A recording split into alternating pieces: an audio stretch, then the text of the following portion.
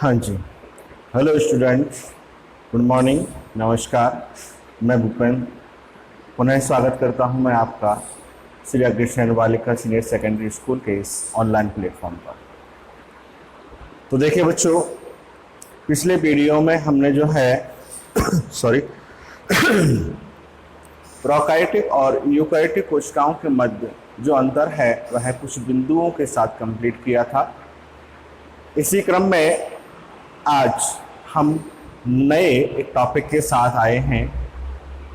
अब देखिए बच्चों, आगे जो हमारे टॉपिक होंगे वो होंगे यूकैरियोटिक कोशिकाओं के जो कोशिकांग हैं, अर्थात जो यूकैरियोटिक कोशिका के जो संरचनात्मक घटक हैं उन संरचनात्मक घटकों की संबंधित जो विस्तरात्मक जानकारी है वह हम प्राप्त करेंगे। ठीक है, जैसे कि कोशिका झिल्ली है, इसके साथ उसके अंतर्गत कोशिका झिल्ली के अंदर क्या जो कोशिकांग पाए जाते हैं उन सभी कोशिकांगों को एक एक को लेकर उसकी खोज किसके द्वारा की गई, किस प्रकार से की गई और कौन से वैज्ञानिक के द्वारा की गई, उसकी संरचना किस प्रकार की है, उसके कार्य एवं महत्व क्या है आदि, इन सभी बिंदुओं को लेकर हम प्रत्येक कोशिका के घटक या यूं कहूं कोशिका की संरचना के बारे में अगले वीडियो में क्या अध्ययन करेंगे। क्लियर? तो उसी क्रम में आज पहला जो हमारा टॉपिक है वह है कोशिका झिल्ली। तो देखिए बच्चों, कोशिका झिल्ली के बारे में हम आपको बता चुके हैं कि कोशिका झिल्ली क्या है। कोशिका झिल्ली जो है कोशिका का एक जीवित सबसे बाहरी आवरण होता है। ठीक है, कोशिका का जीवित सबसे बाहरी आवरण होता है जिसे कि हम वैसे जीव द्रव्य के अंतर्गत ही क्या करते हैं, सम्मिलित करते हैं। क्लियर? तो कोशिका का सबसे जीवित आवरण क्या कहलाता है? कोशिका झिल्ली कहलाता है। आप लोगों को मालूम है कि पादप कोशिकाओं के अंतर्गत व कवक कोशिकाओं के अंतर्गत उससे बाहर और एक कठोर आवरण पाया जाता है जिसे कि हम कोशिका झिल्ली कहते हैं, सॉरी उसको जिसे कि हम कोशिका भित्ति कहते हैं। ठीक है, और कोशिका भित्ति के अंदर जो है क्या पाई जाती है? कोशिका झिल्ली पाई जाती है। जबकि जो जंतु कोशिकाएं होती हैं उन जंतु कोशिकाओं के अंतर्गत सबसे जो बाहरी आवरण या सबसे बाहरी जो स्तर होता है वह इस प्रकार से ये कोशिका झिल्ली ही होती है। ठीक है, जो कि एक जीवित भाग होता है। क्लियर? अब इतना हमको मालूम है कि कोशिका झिल्ली कहाँ पाई जाती है। ठीक है, और उसका गुण कैसा है, अर्थात वो क्या है? एक गुण बताया कि वो जीवित भाग है। क्लियर? अब देखिए उसके कुछ और गुणों के बारे में हम चर्चा करें कि कोशिका झिल्ली क्या है। कोशिका झिल्ली एक विभेदक पारगम्य, विद्युत आवेशित व चयनात्मक झिल्ली होती है। क्या बच्चों? इसके ये गुणों को व्यक्त कर रहा है। कोशिका झिल्ली के ये गुणों को व्यक्त कर रहा है। कौन कौन से गुण?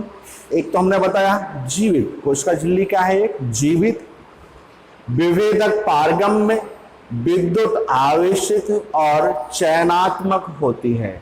इन शब्दों का अर्थ हम यहाँ पर देख लेते हैं कि देखिए विभेदक पारगम और विभेदक पारगम से क्या अभिप्राय है? विभेदक पारगम से यहाँ पर अभिप्राय ये है कि बच्चों ये जो कोशिका झिल्ली है इस कोशिका झिल्ली के अंदर क्या पाया जा रहा है बच्चों? कोशिका द्रव्य पाया जा रहा है। क्या पाया जा रहा है? कोशिका द्रव्य। ठीक है, और इस कोशिका द्रव्य के अंतर्गत अनेक उपापचयी क्रियाएं संपन्न होती हैं इस कोशिका को जीवित रहने के लिए। क्लियर? तो जब जो भी यहाँ पर जो उपापचयी क्रियाएं हो रही हैं, या मैं यूं कहूं कि इस कोशिका के जीवित रहने के लिए जिन भी आवश्यक पदार्थों की आवश्यकता होती है उन आवश्यक पदार्थों का जो आवागमन है बच्चों वह किसके द्वारा होता है? कोशिका झिल्ली के द्वारा होता है। इट मीन्स कोशिका झिल्ली जो है आवश्यक पदार्थों को ही अंदर लेने देती है और अनावश्यक पदार्थों को कोशिका से बाहर निकालती है। इट मीन्स विभेदन करने की क्षमता पाई जाती है। इट मीन्स क्या बच्चों, विभेदन क्षमता पाई जाती है, इसलिए अपन इसको क्या कह रहे हैं, विभेदक पारगम्य। ठीक है, तो विभेदन करके कि भैया आवश्यक पदार्थ कौन सा है और अनावश्यक कौन सा है, उनको आवश्यक को तो अंदर लिया जाता है और अनावश्यक जो पदार्थ कोशिका के अंतर्गत बन जाते हैं या उनको हम उत्सर्जी पदार्थ कह सकते हैं, उन उत्सर्जी पदार्थों को कोशिका से बाहर निकाला जाता है। इट मीन्स विभेदन की क्षमता पाई जाती है, इसलिए उस गुण को अपन क्या करें, विभेदक पारगम्यता पाई जाती है। दूसरा इसी से संबंधित यहाँ एक और शब्द लिखा हुआ है, क्या, चयनात्मक झिल्ली।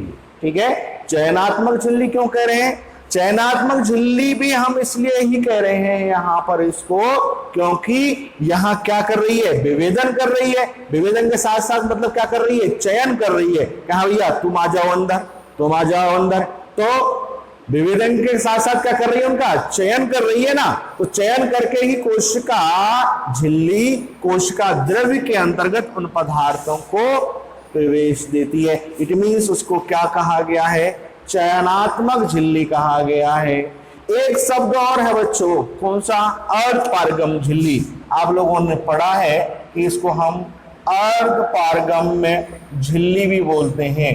तो अर्ध पारगम झिल्ली क्यों बोलते हैं, अर्ध पारगम झिल्ली भी हम इसीलिए बोलते हैं कि कोशिका की जो कोशिका झिल्ली है, यह कोशिका झिल्ली सभी पदार्थ जो उसके संपर्क में होते हैं, इट मीन्स जो उसके सबसे क्या बाहरी आवरण के संपर्क में होते हैं, वे सभी पदार्थ कोशिका झिल्ली से कोशिका द्रव्य में अंदर प्रवेश नहीं कर सकते। वो कैसे, कुछ जो आवश्यक होते हैं, इट मीन्स अर्ध मतलब जो आवश्यक आधे पदार्थ ही, मतलब सेलेक्टिव पदार्थ ही कोशिका के अंतर्गत प्रवेश कर सकते हैं। इसलिए हम यहाँ उसको क्या कहते हैं, अर्ध पारगम झिल्ली भी कहते हैं। ठीक है, इसके बाद है इसका एक और गुण, वह है विद्युत आवेशित। इट मीन्स जो कोशिका झिल्ली है वह क्या होती है, उस पर अगर आवेश प्रवाहित किया जाता है तो वह आवेशित हो जाती है। इट मीन्स उसके अंतर्गत विद्युत आवेशित का गुण पाया जाता है। तो देखिए बच्चों, यहाँ पर कोशिका झिल्ली के गुणों को प्रकट कर रहे हैं। ये शब्द कौन कौन से, विभेदक पारगम्यता पाई जाती है, चयनात्मकता पाई जाती है, अर्ध पारगम्यता पाई जाती है और विद्युत आवेशितता पाई जाती है।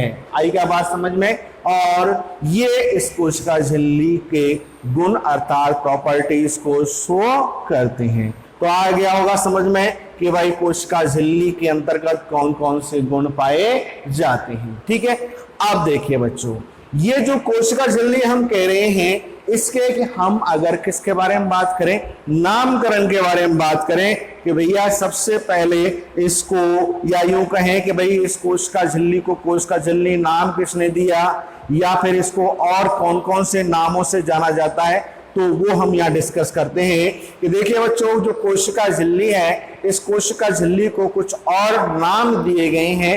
तो वो नाम कौन कौन से वैज्ञानिकों के द्वारा दिए गए हैं, उनको एक एक करके यहाँ पर चर्चा में लेते हैं। तो देखिए बच्चों, नेगेली एंड क्रैमर, ठीक है, नेगेली एंड क्रैमर के द्वारा सेल मेम्ब्रेन अर्थात कोशिका झिल्ली नाम दिया गया।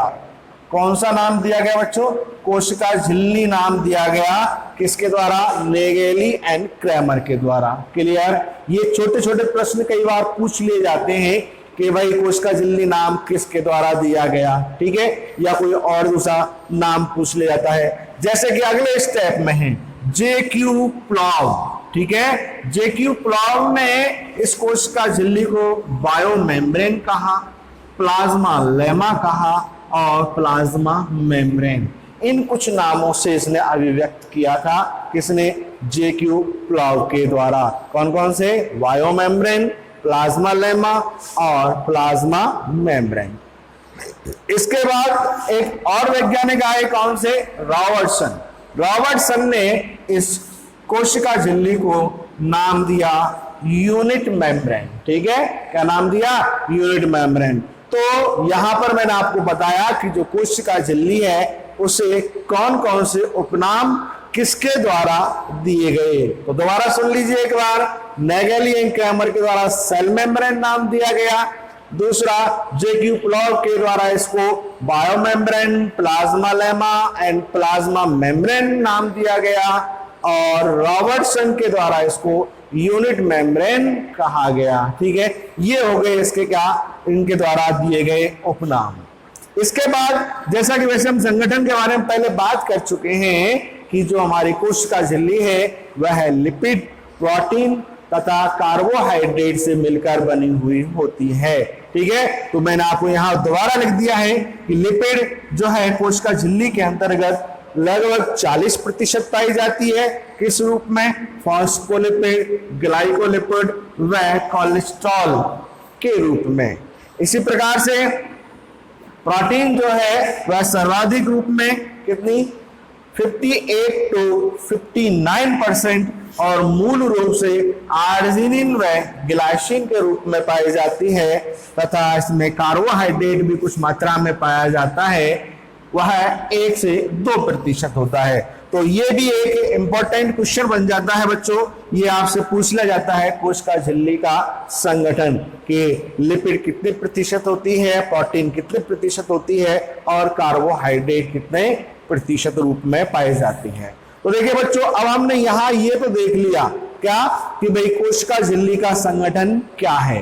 अब बात आती है कि सर ये तो ठीक है भाई कि कोशिका झिल्ली जो है वह लिपिड से, प्रोटीन से और कार्बोहाइड्रेट से मिलकर बनी हुई होती है, लेकिन आखिर वह लिपिड, कार्बोहाइड्रेट या प्रोटीन जो है वह किस प्रकार से कोशिका झिल्ली का निर्माण करती है। अर्थात यूं कहें कि भाई कोशिका झिल्ली की संरचना का निर्माण इस लिपिड, प्रोटीन और कार्बोहाइड्रेट के द्वारा किस प्रकार से होता है। आइएगा बात समझ में। तो अब हमारा अगला जो इसमें बिंदु है वह यही है कोशिका झिल्ली की संरचना। ठीक है, तो क्या है कोशिका झिल्ली की संरचना। Structure of plasma membrane, structure of plasma membrane. तो देखो बच्चों, स्ट्रक्चर ऑफ प्लाज्मा मेम्ब्रेन को समझाने के लिए अर्थात कोशिका झिल्ली की संरचना को समझाने के लिए अनेक वैज्ञानिकों ने अपने अपने मत एवं सिद्धांत प्रस्तुत किए और कोशिका झिल्ली की संरचना को समझाने का प्रयास किया। तो उनमें से जो कुछ मुख्य सिद्धांत हैं या जो मत प्रतिपादित किए गए उनको एक एक को लेकर यहां चर्चा करेंगे। जैसे कि सबसे पहले जो एक प्रयास माना जाता है वह माना जाता है एक वैज्ञानिक थे बच्चों, ओवरटन। ठीक है, तो नंबर 1 पर जैसे कि अगर हम बात करें कि कौन कौन से सिद्धांत है तो उसमें नंबर 1 सिद्धांत आता है बच्चों ओवरटन। ठीक है, तो ओवरटन का जो सिद्धांत है वह बहुत ही एक सामान्य प्रकार का सिद्धांत था बच्चों, जिसको कि 18वीं सदी के अंतर्गत दिया गया और इसे नाम दिया लिपिड मॉडल। क्या नाम दिया बच्चों इसको? Lipid model. और ओवरटन केवल इतना ही बता पाए कि वही जो कोशिका झिल्ली है वह लिपिड की एक एकहरी परत के रूप में पाई जाती है। क्या ओवरटन ने क्या बताया बच्चों कि जो हमारी कोशिका झिल्ली है वह इस प्रकार से एक एकहरी परत के रूप में पाई जाती है। ठीक है, जो कि आने वाले समय में अमान्य सिद्ध हुआ। ठीक है, जो कि क्या हो गया? अमान्य हो गया। क्लियर। इसके बाद अगला जो सिद्धांत आया वो सिद्धांत आया बच्चों, वो था गॉर्टल एवं ग्रेंडल का द्विआण्विक स्तर मॉडल। क्या? गॉर्टल एवं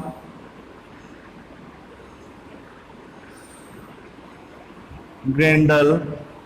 ठीक है, साइंटिस्ट कौन से थे? गॉर्टल एवं ग्रेंडल। और सिद्धांत का नाम क्या था? द्विआण्विक मॉडल या द्विआण्विक लिपिड मॉडल भी कह सकते हैं उसको, ठीक है। तो द्विआण्विक मॉडल जो गॉर्टल एवं ग्लेंडर के द्वारा दिया गया, वो क्या कहता है? वो ये बताता है, या इन्होंने क्या थोड़ा सा इसमें और सुधार किया। क्या सुधार किया? इन्होंने कहा कि भाई जो हमारी कोशिका झिल्ली है, यह कोशिका झिल्ली एकहरी लिपिड की परत के द्वारा नहीं, बल्कि द्विहरी लिपिड की परत के रूप में पाई जाती है, इस प्रकार से, ठीक है। तो ये बच्चों क्या है? लिपिड मॉलिक्यूल्स हैं, ठीक है, जिसका ये हेड पार्ट कहलाता है, ठीक है। ये क्या कहलाता है? इसका हेड पार्ट, और ये इसका जो है क्या कहलाता है? टेल पार्ट कहलाता है, ठीक है। तो ये किसके द्वारा बताया गया? गॉर्टल एवं ग्लेंडर के द्वारा बताया गया कि भाई जो हमारी कोशिका झिल्ली है, वह कोशिका झिल्ली लिपिड मॉलिक्यूल्स के दो आणविक स्तरों से मिलकर बनी हुई होती है, इस प्रकार से, ठीक है, जो कि आगे क्या हुआ? अमान्य सिद्ध हुआ। बोलो क्लियर, ठीक है। तो गॉर्टल एवं ग्लेंडर के द्वारा दिया गया जो सिद्धांत था, वो भी क्या हुआ? अमान्य सिद्ध हुआ। क्लियर। अब देखिए इनमें से जो आगे हमारा सिद्धांत है, जो कि इंपॉर्टेंट है एक तरह से, ये तो एक बेसिक सिद्धांत माने जाते हैं और ये सामान्य रूप से पूछे भी नहीं जाते हैं, लेकिन मैंने आपको एक सामान्य जानकारी के तौर पर बताया कि भाई सबसे पहले जो है वह कोशिका की संरचना को समझाने का प्रयास किया ओवरटन के द्वारा। उसके बाद अगले वैज्ञानिक आए गॉर्टल एवं ग्लेंडर। इसके बाद अगला जो एक सिद्धांत है वो जो कि है वो बड़ा ही एक इम्पोर्टेंट है और कोशिका झिल्ली को काफी हद तक, या कोशिका झिल्ली की संरचना को काफी हद तक समझाने में क्या रहा? सफल रहा, ठीक है। काफी हद तक, बेटा पूर्ण रूप से नहीं समझा पाया, ठीक है। तो ये है आपका क्या? Sandwich model. कौन सा बच्चों? सैंडविच मॉडल, ठीक है। सैंडविच मॉडल या इसको ट्राइलेमिनर मॉडल भी कहते हैं। इट मींस त्रिस्तरीय मॉडल, ठीक है, जो कि बच्चों दिया गया था किसके द्वारा? डैवसन एवं डैनियल। किसके द्वारा दिया गया बच्चों? डैवसन एवं डैनियल के द्वारा दिया गया। और यह डैवसन एवं डैनियल का जो सिद्धांत है ये 1938 में दिया, ठीक है। तो डैवसन एवं डैनियल के द्वारा सैंडविच मॉडल या उसको त्रिस्तरीय मॉडल के नाम से जानते हैं, ठीक है।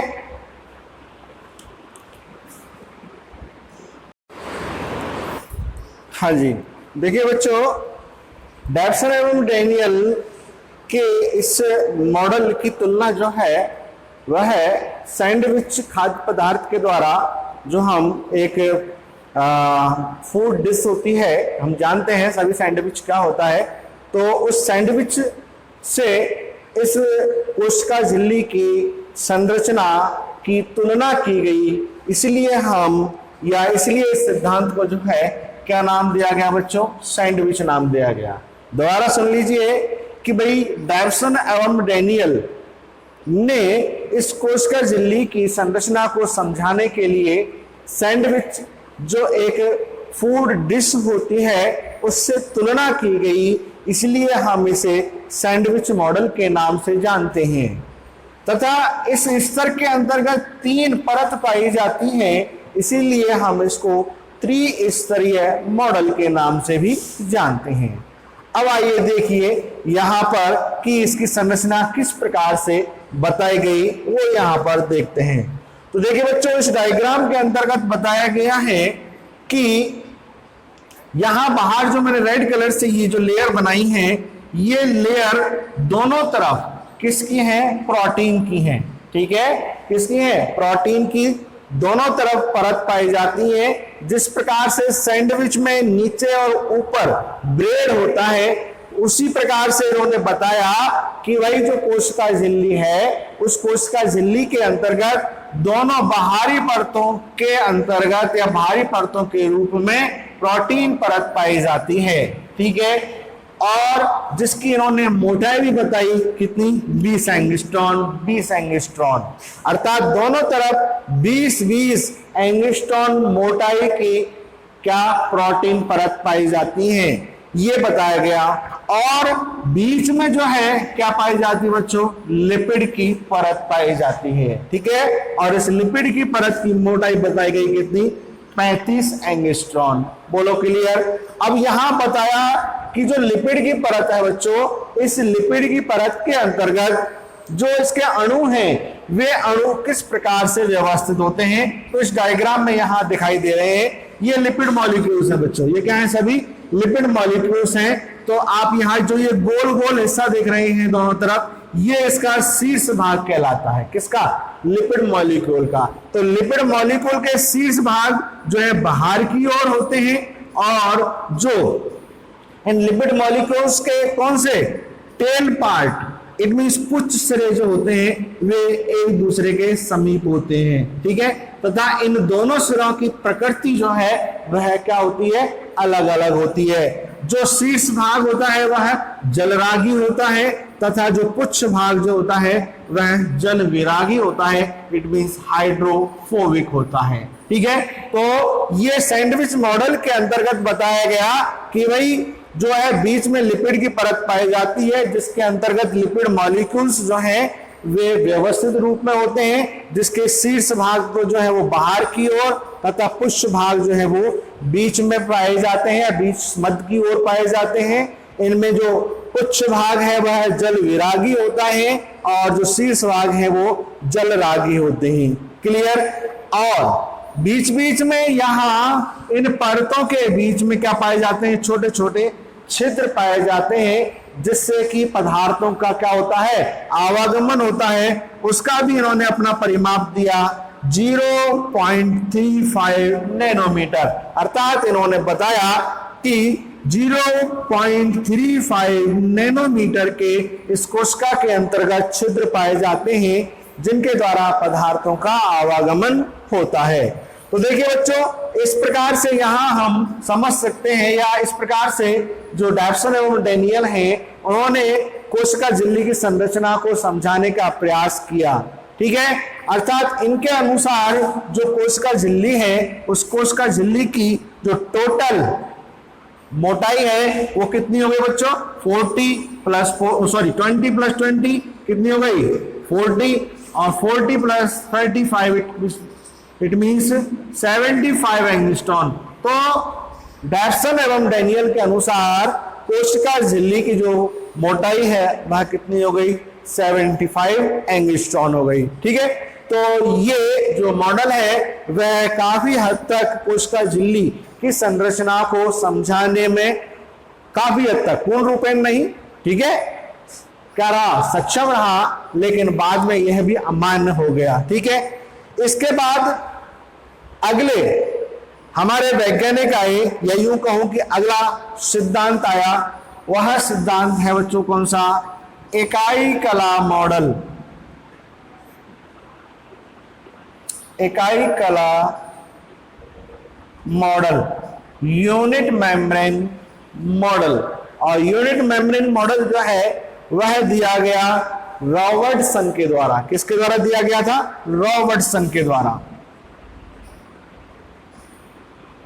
तो देखिए बच्चों, रॉबर्टसन का इकाई कला मॉडल क्या कहता है, रॉबर्टसन का इकाई कला मॉडल यह कहता है कि भाई जो सैंडविच मॉडल है वह सैंडविच मॉडल सही है, कोशिका झिल्ली की संरचना इसी प्रकार से होती है। एक तरह से इन्होंने समर्थन किया रॉबर्टसन ने, लेकिन इन्होंने अपनी एक बात और जोड़ दी। वो बात क्या थी, वो बात इन्होंने ये जोड़ी कि भाई जो कोशिका झिल्ली है, उस कोशिका झिल्ली की जो संरचना होती है, उसी प्रकार के इस कोशिका झिल्ली के अंतर्गत जो भी कोशिका झिल्ली से आवृत कोशिकांग पाए जाते हैं, उन कोशिकांगों की कोशिका झिल्ली की संरचना भी जो है वह उन कोशिकांगों की जो झिल्ली होती है, उन झिल्ली की जो संरचना है वह किसके समान होती है?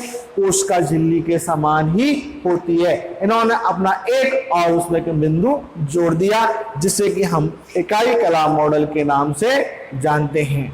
आई क्या बात समझ में? ठीक है, तो इस प्रकार से बच्चों ये कोशिका झिल्ली की संरचना को समझाने के लिए दिए गए कुछ सिद्धांत हैं जो कि मैंने यहां पर दिए, जो कि समय के अंतराल में ये सभी अमान्य हो गए।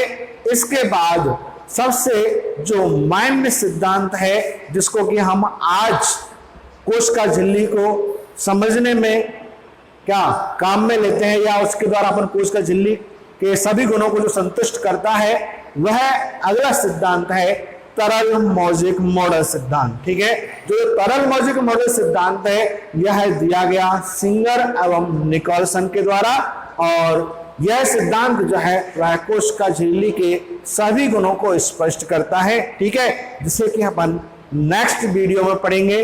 तब तक के लिए goodbye and thank you.